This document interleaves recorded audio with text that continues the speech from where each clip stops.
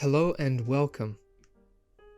When I was in high school, my favorite subject was English literature, which was taught by a tall, fairly intimidating man by the name of Tony Balkwell. There he is.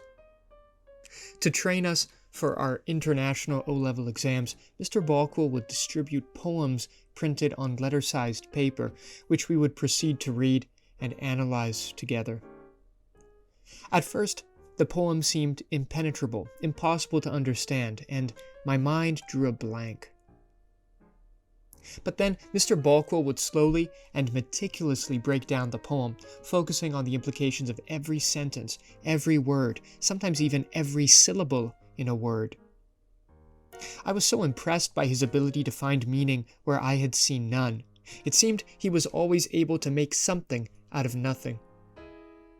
More than anything else, I enjoyed witnessing that process unfold and copying down all his observations so that by the end of class, the poem in front of me was engulfed in my little notes. Here's what that looked like. I believe this is a speech delivered by Brutus in Julius Caesar. From then on, no poem felt fully understood until I had filled the margins and any other blank space with my thoughts. Now, poems don't have to be painstakingly dissected and analyzed to be enjoyed, but I was enamored by the possibility that each poem was a map, and if you read it closely enough, you would see the secret mark indicating where to find buried treasure, the hidden meaning. Actually, Mr. Balkwell, who was quite a reserved individual, once revealed to us that when he was a small boy, his mother often found him in the backyard digging holes. So he had always been determined to find buried treasure, and as his students, we inherited that strange, searching desire.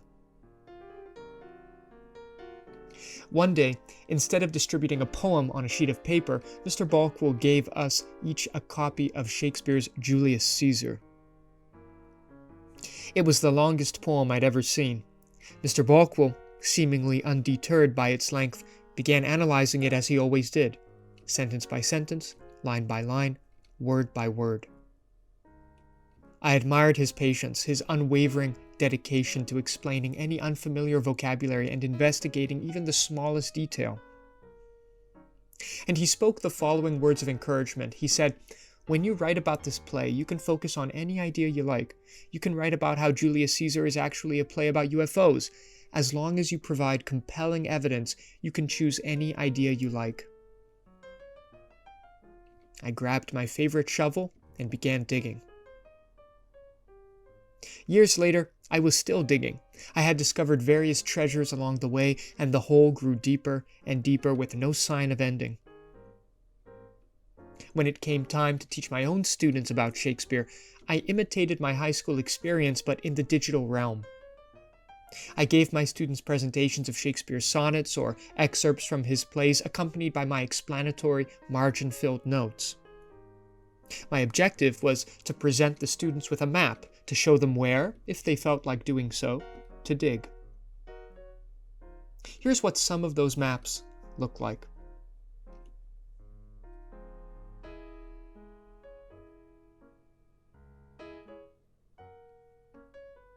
These maps are not displayed outright, but gradually increase in complexity as the on-screen passage is read.